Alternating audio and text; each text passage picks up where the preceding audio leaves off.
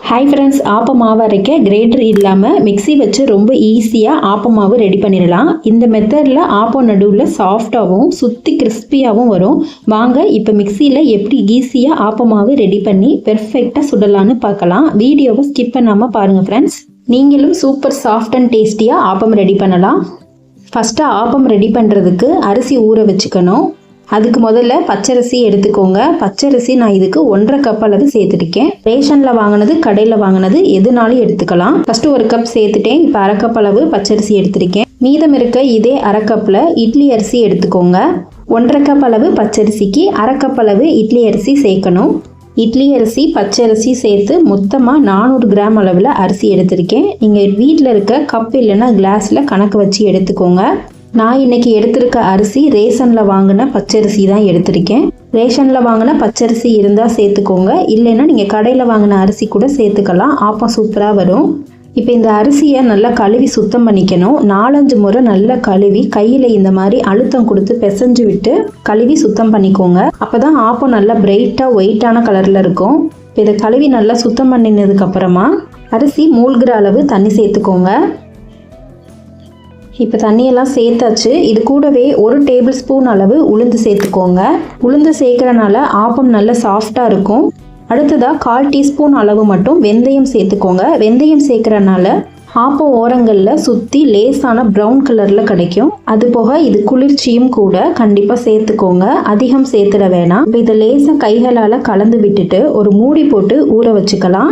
கண்டிப்பாக 5 மணி நேரம் ஊற வைக்கணும். அப்போ தான் நல்லா அரிசி ஊறி வந்திருக்கும். நான் இப்போ ஊற வச்சிருக்க டைமிங் பார்த்தீங்கன்னா கரெக்டாக மத்தியானம் 1 மணிக்கு ஊற வச்சுருக்கேன். 5 மணி நேரம் கம்ப்ளீட்டாக ஊற வச்சதுக்கப்புறம் ஈவினிங் 6 o'clock போல் ஓப்பன் பண்ணி பார்க்கலாம். நம்ம சேர்த்திருந்த அரிசி உளுந்து வெந்தயம் எல்லாமே நல்லா ஊறி வந்திருக்கும். மிக்சியில் அரைக்கிறதுக்கும் ஈஸியாக இருக்கும். இப்போ இந்த அரிசியெல்லாம் தண்ணியெல்லாம் வடிகட்டிட்டு மிக்ஸி ஜார் எடுத்து சேர்த்துக்கோங்க. அரிசியெல்லாம் சேர்த்ததும் இது கூட முக்கியமான ஒரு பொருள் சேர்த்துக்கலாம். 1/2 கப் அளவுக்கு வெள்ளை அவல் எடுத்துக்கோங்க. நான் எடுத்துருக்கிறது பேப்பர் அவல் தான், ரொம்ப ஹார்டாக இருக்காது. ஹார்டான அவலாக இருந்தால் தண்ணி சேர்த்துட்டு 2 நிமிஷம் மட்டும் ஊற வச்சு பிழிஞ்சு எடுத்துக்கோங்க. நான் பேப்பர் அவல் சேர்த்துருக்கனால ஊற வைக்கலை, அப்படியே கழுவி சுத்தம் பண்ணிவிட்டு அப்படியே கையில் தண்ணி இல்லாமல் பிழிஞ்சு எடுத்துக்கிறேன். தண்ணி ஊற்றி கழுவும் போதே நல்லா சாஃப்டாக ஊறிடும். அதனால் இந்த அவல் ஊற வைக்க தேவையில்லை, இதை அப்படியே எடுத்துடலாம். அவலில் தண்ணி இல்லாமல் கொஞ்சம் டைட்டாக பிழிஞ்சு எடுத்துட்டு அவலை எடுத்துக்கோங்க. பிழிஞ்சு எடுத்த அவலை அப்படியே மிக்ஸி ஜாரில் சேர்த்துக்கோங்க. அவல் சேர்க்குறனால நல்லா ஆப்பம் மொறுமொறுன்னு இருக்கும். இது கூடவே 3/4 டீஸ்பூன் அளவுக்கு உப்பு சேர்த்து அரைச்சிக்கலாம்.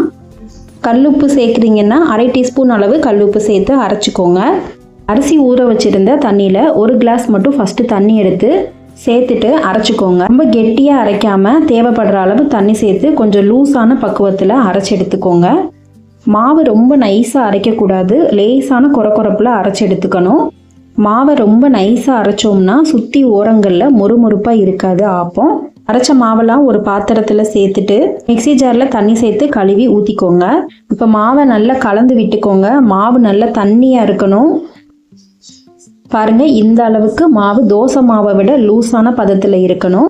மாவை நல்லா கலந்ததுக்கப்புறம் இப்படி கரண்டியில் மாவை தொட்டு பாருங்கள், அங்கங்கே லேசாக ரவை பதத்துக்கு நரன்னு இருக்கும். இந்த மாதிரி அரைச்சிங்கனாலே ஆப்பம் நல்லா பெர்ஃபெக்டாக வரும். இப்போ அரைச்சி வச்சுருந்த மாவை அப்படியே மூடி போட்டு 15 மணி நேரத்துக்கு புளிக்க வச்சுக்கணும். அப்போ தான் மாவு நல்லா புளிச்சு வந்திருக்கும். முதல் நாள் ஈவினிங் 6 மணிக்கு அரைச்சி வச்சு மறுநாள் காலையில் 8 மணிக்கு ஓப்பன் பண்ணுறேன். 14 மணி நேரம் மாவை டிஸ்டர்ப் பண்ணாமல் புளிக்க வச்சுக்கோங்க. இப்போ சம்மர் டைம் அப்படின்றனால கரெக்டாக இந்த டைமிங்கே போதும், புளிச்சு வந்துடும். இது குளிர்காலம் மழைக்காலத்தில் பண்ணும்போது எக்ஸ்ட்ரா 4-5 மணி நேரம் டைம் எடுத்துக்கிறோம் புளிக்கிறதுக்கு. நைட்டு மாவு கரைச்சி வச்சதை விட இப்போ கொஞ்சம் திக்காகவே இருக்கும் மாவு. இதில் எக்ஸ்ட்ரா தண்ணி எதுவுமே ஆட் பண்ணி நம்ம கலக்கவே கூடாது.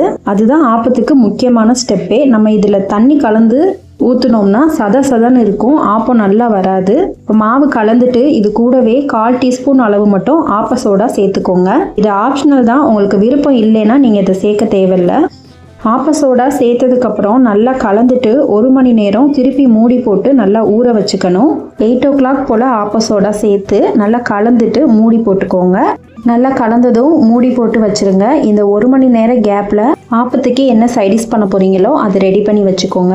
டைமிங் கரெக்டாக இருக்கும். இப்போ 9 o'clock ஆனதும் ஓப்பன் பண்ணி பார்க்கலாம். ஆப்ப மாவு நல்லா ரெடி ஆயிருச்சு. மாவோட கன்சிஸ்டன்சி இந்த அளவு கரெக்டாக இருக்கணும். மாவு நல்லா கலந்தாச்சு. ஆப்பம் செய்ய ஆரம்பிக்கலாம். ஆப்ப கடாய் வச்சுக்கோங்க. கடாய் நல்லா சூடானதுக்கப்புறம் 2 கரண்டி அளவு மாவு எடுத்து ஊற்றிட்டு இந்த மாதிரி நல்லா சுற்றி விட்டுக்கோங்க. மாவை ஹை ஃப்ளேம்லேயே வச்சு வேக வைங்க. ஆப்பம் வேகும்போது நிறைய ஹோல்ஸ் வரும். மாவு பெர்ஃபெக்டாக அரைச்சாலே இந்த மாதிரி நிறைய ஹோல்ஸ் வரும். இப்போ ஒரு மூடி போட்டு 1 நிமிஷம் மட்டும் வேக வச்சுக்கோங்க. ஆப்பத்தை திருப்பி போடக்கூடாது, மூடி போட்டு தான் வேக வைக்கணும். இப்போ ஒரு ஸ்டிக் இல்லைன்னா கரண்டி வச்சு லேசாக ஆப்பத்தை எம்பி விடுங்க. ஒட்டாமல் சூப்பராக வந்துடும் ஆப்பம் எடுக்கிறதுக்கு. பாருங்கள் எந்த அளவுக்கு சென்டரில் நல்ல ஸ்பாஞ்சியாக சுற்றி முருகலாக இருக்குன்னு. இப்போ இந்த ஆப்பத்தை அப்படியே எடுத்துடலாம். பாருங்கள் எவ்வளோ சூப்பரான ஆப்பம் ரெடி பண்ணியாச்சு. மீதம் இருக்க எல்லா மாவுலையும் இதே மாதிரி ஆப்பம் சுட்டு ரெடி பண்ணிக்கோங்க. நான் சொன்ன இந்த மெத்தட் டிப்ஸை ஃபாலோ பண்ணி செஞ்சீங்கன்னா நீங்களும் பெர்ஃபெக்டாக சூப்பரான ஆப்பம் செய்யலாம். நீங்களும் இதே மாதிரி சாஃப்ட் அண்ட் கிறிஸ்பியான ஆப்பம் ரெடி பண்ணிடுவீங்க. நான் இன்னைக்கு ஆப்பத்துக்கு தேங்காய் பால் தான் ரெடி பண்ணியிருக்கேன். ஆப்பத்துக்கு கூட நீங்கள் என்ன சைடிஷாக வச்சு சாப்பிடுவீங்க அப்படின்றத கண்டிப்பாக கமெண்ட்ஸில் சொல்லுங்கள் ஃப்ரெண்ட்ஸ். இதே மாதிரி நீங்களும் பெர்ஃபெக்டான ஆப்பம் வீட்டில் செஞ்சு பார்த்துட்டு எப்படி இருந்துச்சுன்னு கமெண்ட்ஸில் கண்டிப்பாக சொல்லுங்கள். வீடியோ பிடிச்சிருந்தா லைக் அண்ட் ஷேர் பண்ணிவிட்டு சப்ஸ்கிரைப் பண்ணாதவங்க சப்ஸ்கிரைப் பண்ணி சப்போர்ட் பண்ணுங்கள். தேங்க்யூ.